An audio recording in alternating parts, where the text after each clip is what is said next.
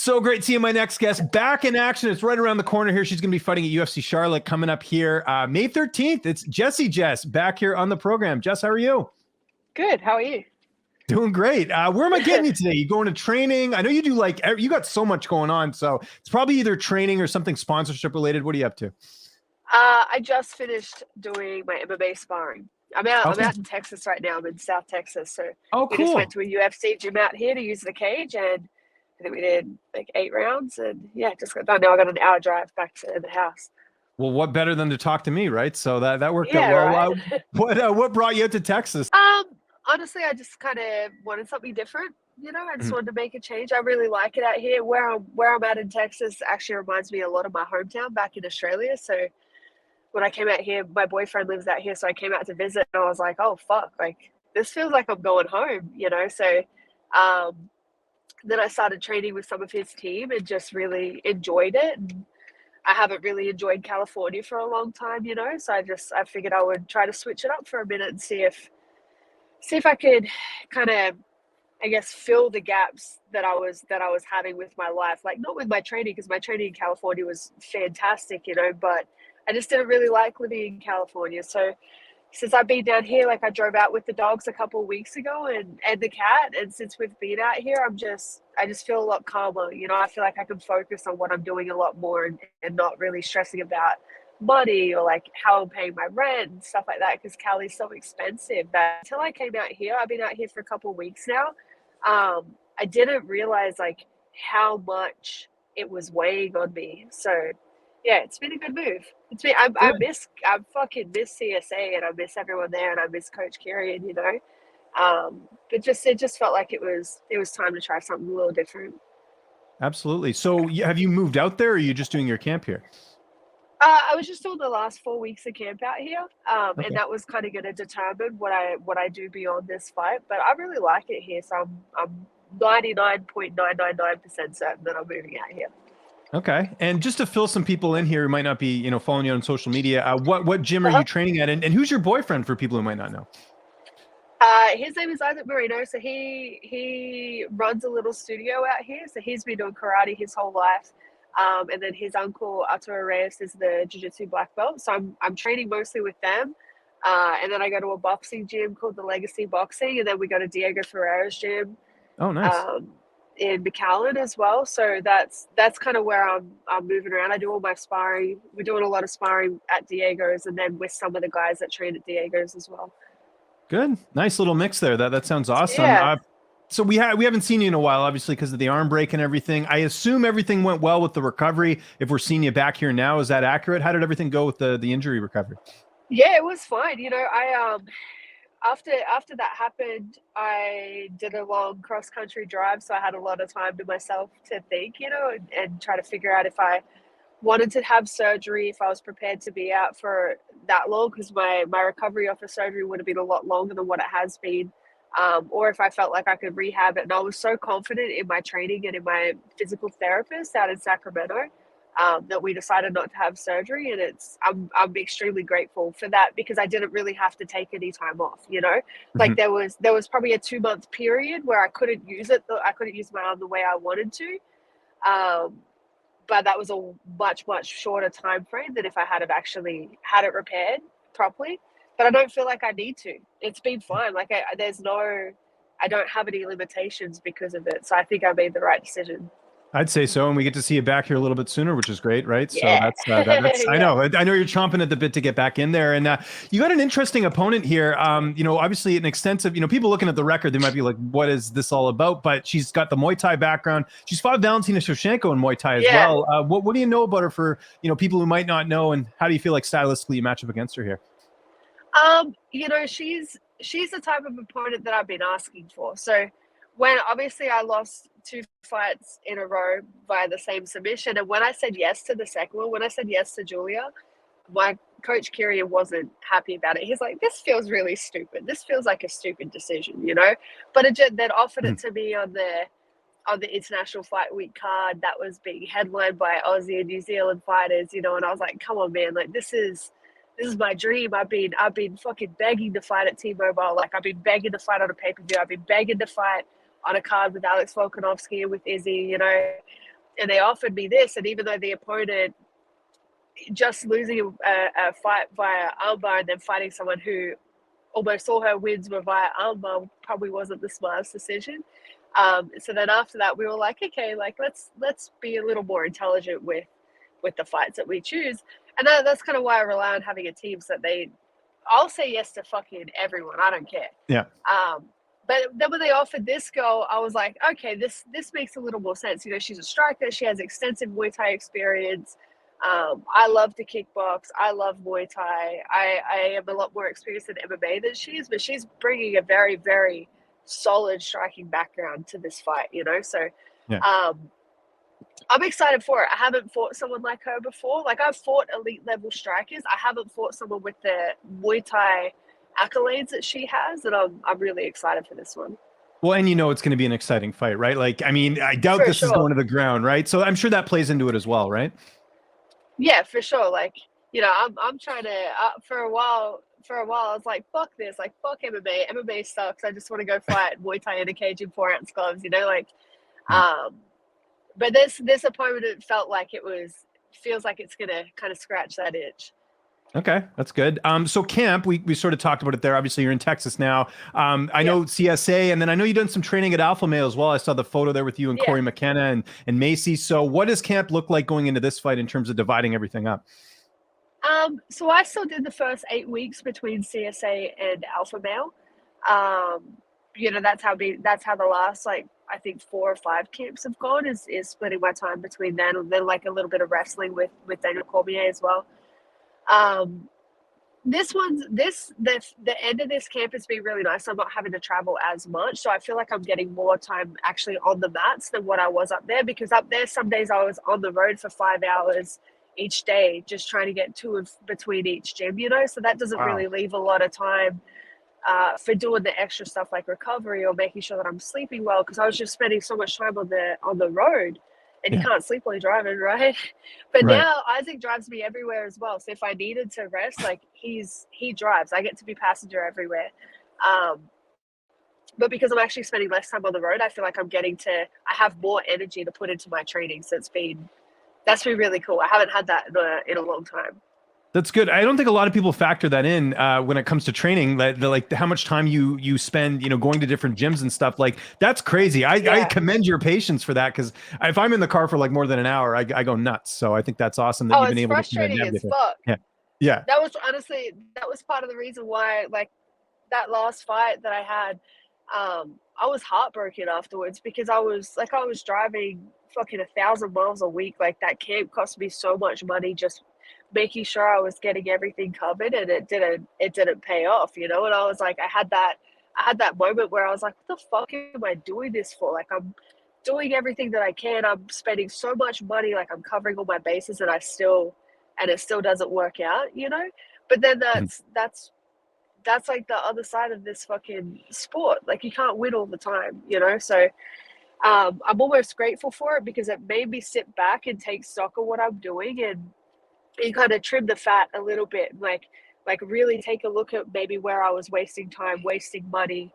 And it was a nice reminder. It was a nice reminder that I actually do really love what I do, you know, because I had that moment where I was like, fuck, like, this sucks, you know.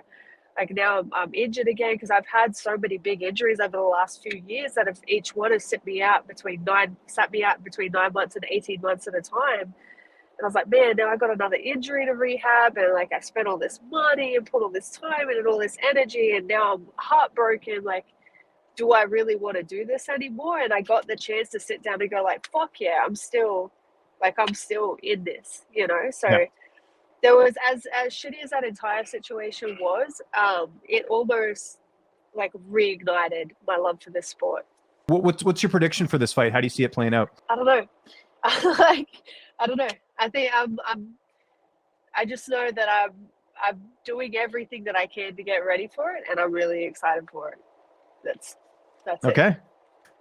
No, I like the honesty there. I appreciate that. How many more fights do you have left in your contract? That was the other thing I was wondering. This is the last one on my current contract. Okay, so high stakes. I'm sure, you know, that adds a bit more to the matchup, right? No, not really. Not really. No? Okay. Everything, like, Yeah, everything happens for a reason. So this is supposed to be the last one, you know. And I feel like I'm going to go out there and make a statement, and then they're going to be like, "Fuck yes, Jesse, we want to pay you way more money." Yeah. So And all indication would be you'd want to stay with the UFC, right? Like you've carved out a good chunk of your career here. yeah, for sure. I think what 6 years now. Yeah, fuck, this will be 6 years. So yeah, I'm not really planning on going anywhere. You know, I like where I'm at right now.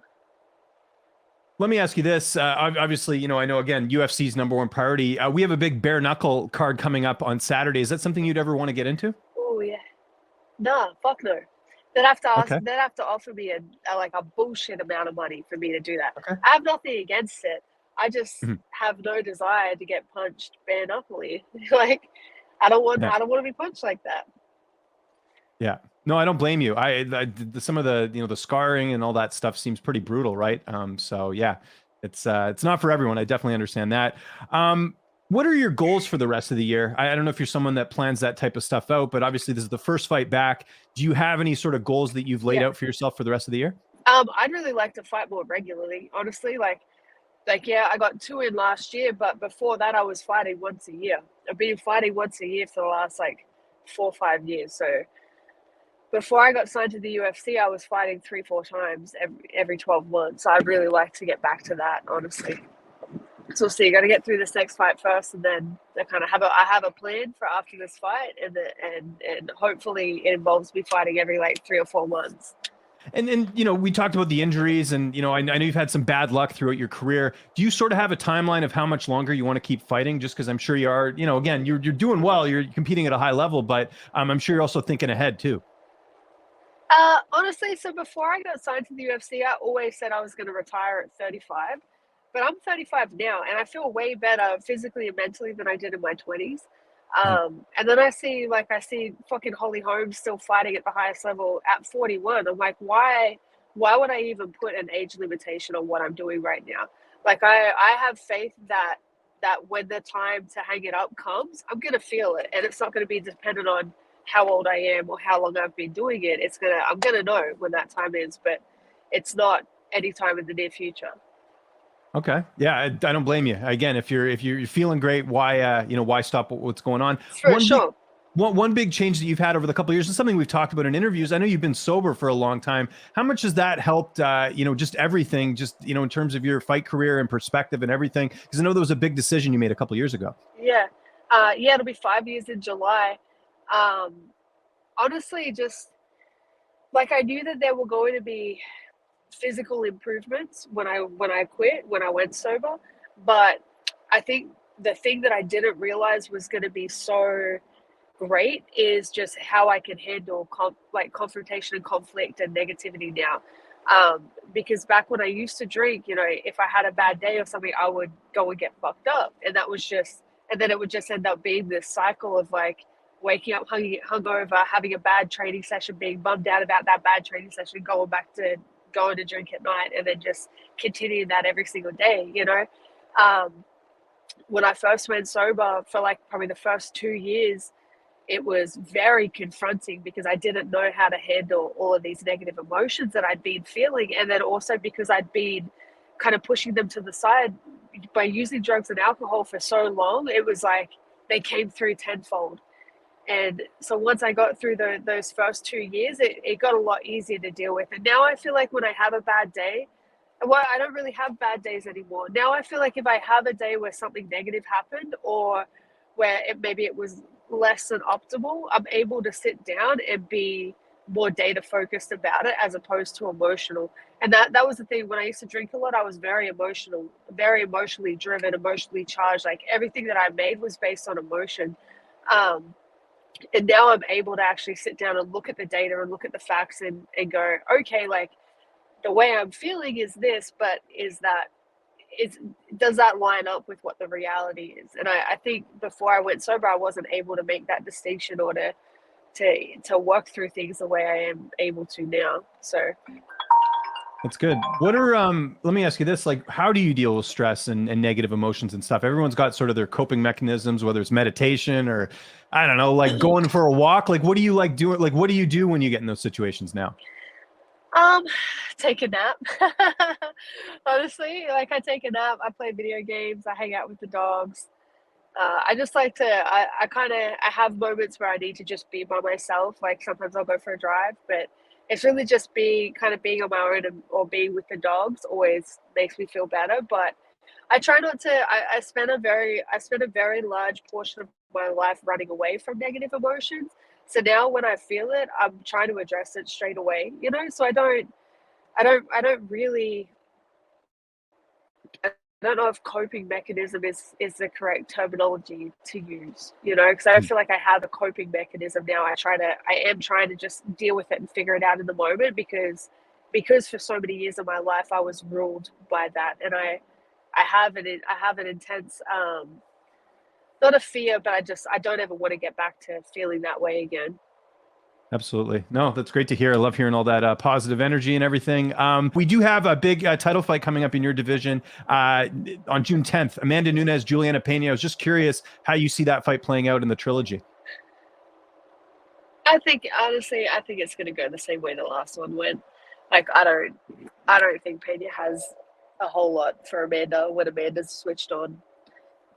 I don't think many Okay. people have a whole lot for Amanda when Amanda's switched on, honestly. Yeah. No, I can't disagree with that. Okay, two more quick questions. Yeah. You still like you said, you've got obviously like a long career ahead of you in terms of what you want to accomplish. Is there a win or a moment in your career that you sort of look back on now at this stage in your career that you're like, that was my favorite moment? Maybe it was a win, or maybe getting signed to the UFC. I'm not sure. Is there like a moment for you that you look back on and think that was an incredible time? Yeah, always my walkout for my debut. Walking out in Sydney and like seeing all my friends and family there is still probably my favorite moment of my life, honestly. And especially fighting Beck because Beck and I had so much history and like there we had this storyline where on the regional Australian MMA scene, people had been wanting to see us fight for so long, you know. And then Mhm. I finally got the opportunity to make that happen in front of all my friends and family. I got to have my current coach when I was in Vegas. I got to have John Wood and Casey Halstead were there with me, but then I got to have my coach from Sydney in my corner as well. And I remember walking out of the tunnel at that arena in Sydney, crying. Like I was crying because I looked up and I could see my best friend and I could see my mom and I could see my sisters and everyone like lining the tunnel, and it was just nothing's compared to that. I'm trying to chase that feeling. I'd love to feel that again, but that's definitely the high of my career and probably the high of my life, honestly. Okay. What's your favorite tattoo that you have? You know, it changes all the time, Okay. but I still think the well fucked candy heart is my favorite one. Okay. And any plans to get it? I'm sure this is probably going to sound like a dumb question, but I'm sure you're getting more artwork done, right? I have like a half finished piece on my leg that I probably should finish before I put anything else on. But honestly, I got tattooed so much last year that I'm kind of burnt out right now. Okay. That shit Tattoo fatigue. hurts. So yeah, no, for real. I think there was one 3 month period where I got maybe 12 done and I just went back to back to back to back to back and I don't know fucking why. Um, but yeah, it's going to be a while before I get any more. But we're going to be seeing you fight here pretty soon. UFC Charlotte, May 13th.